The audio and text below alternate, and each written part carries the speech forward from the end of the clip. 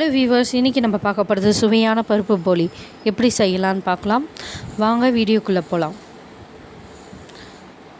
ஒரு யானத்தில் இந்த ஒரு டம்ளர் அளவுக்கு 2 டம்ளர் மைதா மாவு ஆட் பண்ணிக்கிறேன்.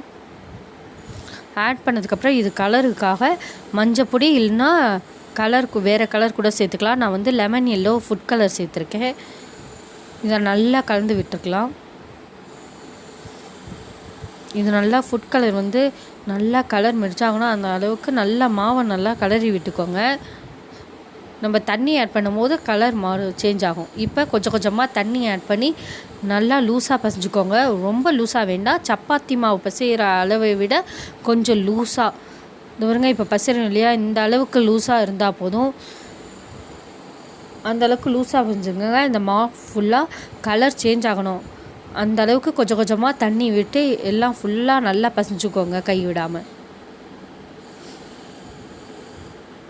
பாருங்கள், மாவு ஃபுல் கலரும் மாறிடுச்சு. இப்போ வந்து நல்லெண்ணெய் ஆட் பண்ணிக்கிறேன். இது ஃபுல் அண்ட் ஃபுல் மாவு முழுகிற அளவுக்கு நல்லெண்ணெய் தான் விடணும். அப்போ தான் போலி நல்லா டேஸ்ட்டாகவும் வரும்.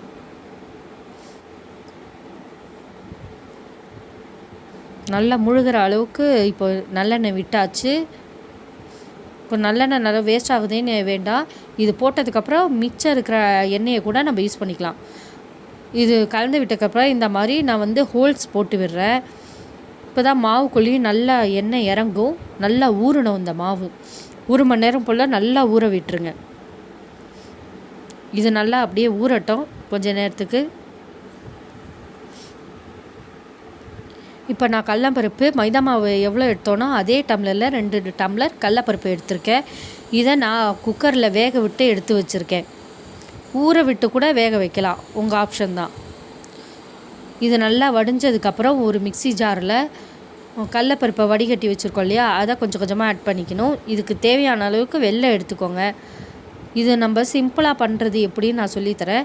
இப்போ கொஞ்சம் கொஞ்சமாக கடலப்பருப்பை வந்து மிக்ஸி ஜாரில் ஆட் பண்ணிக்கோங்க. பாதி கடலப்பருப்பு சேர்த்தா போதும் மிக்ஸி ஜாரில், ரொம்ப சேர்த்துற வேண்டாம்.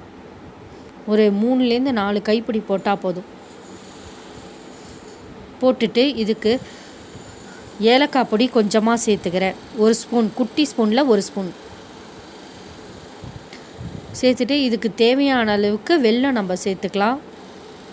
நான் வந்து ஒவ்வொரு ட்ரிப்பு போடும்போதும் கொஞ்சம் கொஞ்சமாக அதுக்கு தேவையான வெல்லம் நான் சேர்த்துக்கிறேன். இந்த பாருங்கள், இப்போ கடலப்பருப்பு ஃபஸ்ட்டு இது மாதிரி பொடி பண்ணிவிட்டு இப்போ நம்ம வெல்லத்தை ஆட் பண்ணிக்கலாம்.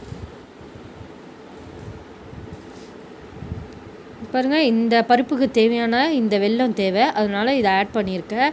இதை தண்ணி விடாமல் அப்படியே ட்ரையாகவே நல்லா பொடி பண்ணிக்கோங்க.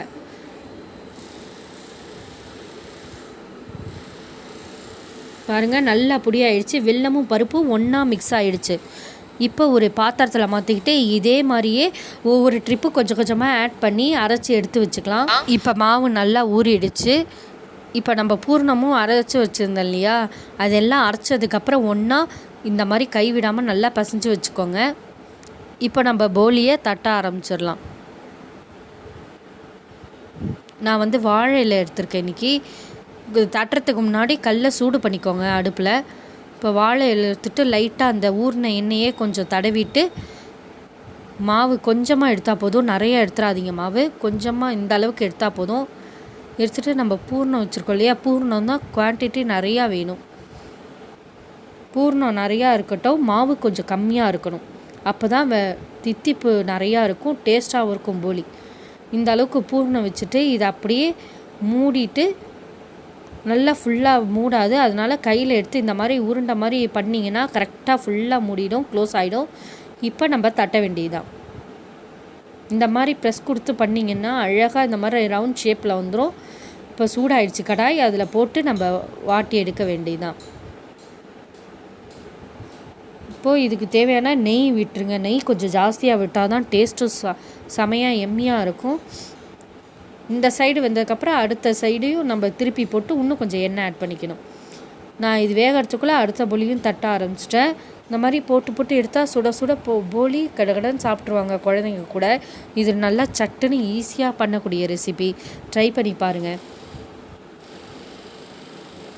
இப்போது நான் இது மாவு அளவு கம்மியாக இருக்க பூர்ணம் பாருங்கள், நல்லா பெரிய எலுமிச்சம்பழம் சைஸுக்கு நம்ம பூர்ணம் எடுத்துக்கிட்டு இந்த மாதிரி உருட்டிக்கோங்க. அப்போ தான் ஃபுல்லி க்ளோஸ்ட் ஆகும்.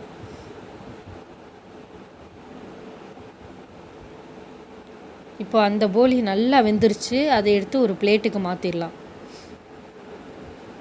திருப்பி போட்டு நீங்கள் வேணால் நெய்யை ஊற்றிட்டு அதுக்கப்புறம் சர்வ் பண்ண வேண்டியதா. சர்வ் பண்ணும்போது கூட கொஞ்சம் நெய் விட்டால் இன்னும் டேஸ்ட்டாக இருக்கும்.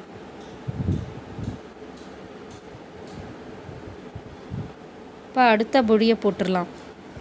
போலி ரொம்ப ஈஸி, ரொம்ப பெரிய வேலையே கிடையாது. 5 நிமிஷத்தில் நம்ம பண்ணிடலாம். சுவையான எம்மியான போலி ரெடி. இந்த வீடியோ பிடிச்சிருந்தா லைக் பண்ணுங்கள், ஷேர் பண்ணுங்கள், சப்ஸ்கிரைப் பண்ணுங்கள். தேங்க்யூ.